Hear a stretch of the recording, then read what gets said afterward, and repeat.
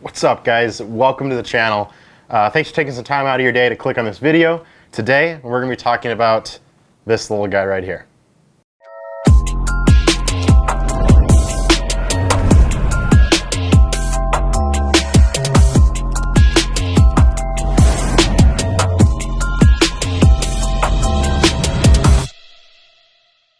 Rokinon,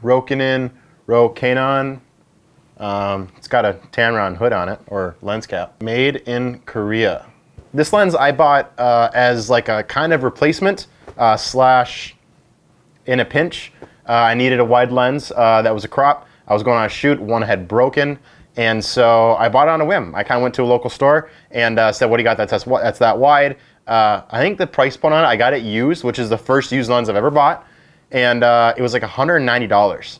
And I'm pretty sure full retail is like between $230 to $259 online, depending on where you get it from and if it's on sale. This is a 12mm manual aperture, manual focus, f2 lens.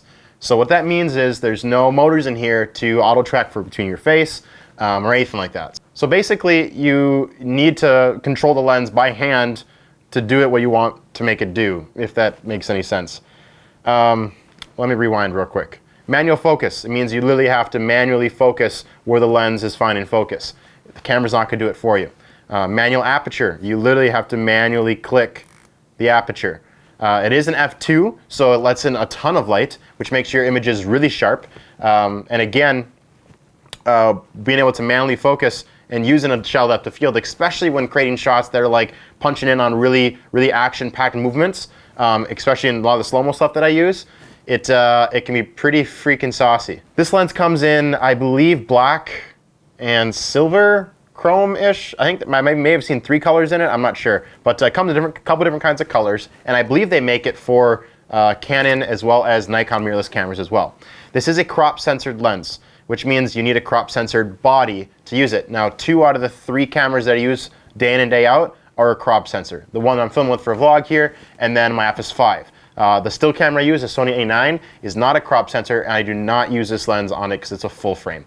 If you don't know the difference between the two, either search on YouTube and or hopefully by then I'll have another video linked below that explains that. The aperture does have a clicking sound, which if you're going to try and change on the fly, it might show up and or make a little camera motion. It isn't ideal, but again, it's like a $220 lens, so I'm not going to expect anything crazy. Comes with a hood, which is nice. Most of the time I'm using it with the hood anyway. But where I've found that I use this a lot is, again, when I'm trying to capture a very intense close-up in slow motion. So the FS5 can shoot 240 frames a second. This Sony that I'm filming on right now can shoot 120 frames a second. Even when I'm vlogging, if I just have that set up with me, I find myself getting really close to my subjects at a wide angle, which is really unique. Taking wide angles of like landscapes doesn't look all that great because everything just looks really small, right? But if you can get something right in front of this lens, track focus on it, manual focus on it, pull it all the way in, and film some B-roll of things moving around and add a little camera motion, it's freaking sweet. Let me show what I'm talking about.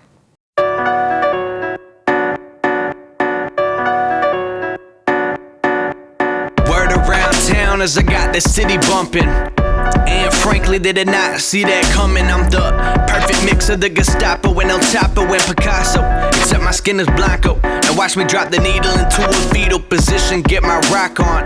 Old friends wanna get they talk on. Right? For like a $225, $245 lens, whatever you end up getting it for, it's insane. So if you guys are looking for something that is affordable, really good value, dare I say almost at the disposable price point, you need to look at this lens. I have a couple of the wide angle lens, a 16 to 35, 2.8 G Master, and then I have the one I'm shooting right now, which is a 10 to 18 Sony.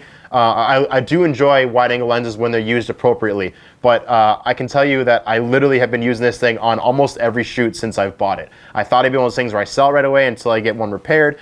I'm keeping it, and I think we'll keep it for a while. So again, for very specific shots, things like for B-roll and such, this is a phenomenal lens.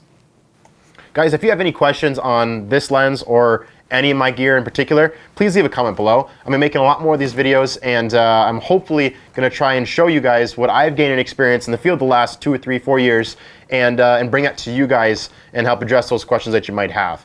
My goal is to allow you guys to capture your moments when you're enjoying the great outdoors. Rather that be via GoPro and getting the most out of that, or rather that be you trying to get into some bigger camera gear and just don't really know where to start. That's what this series is going to be composed for.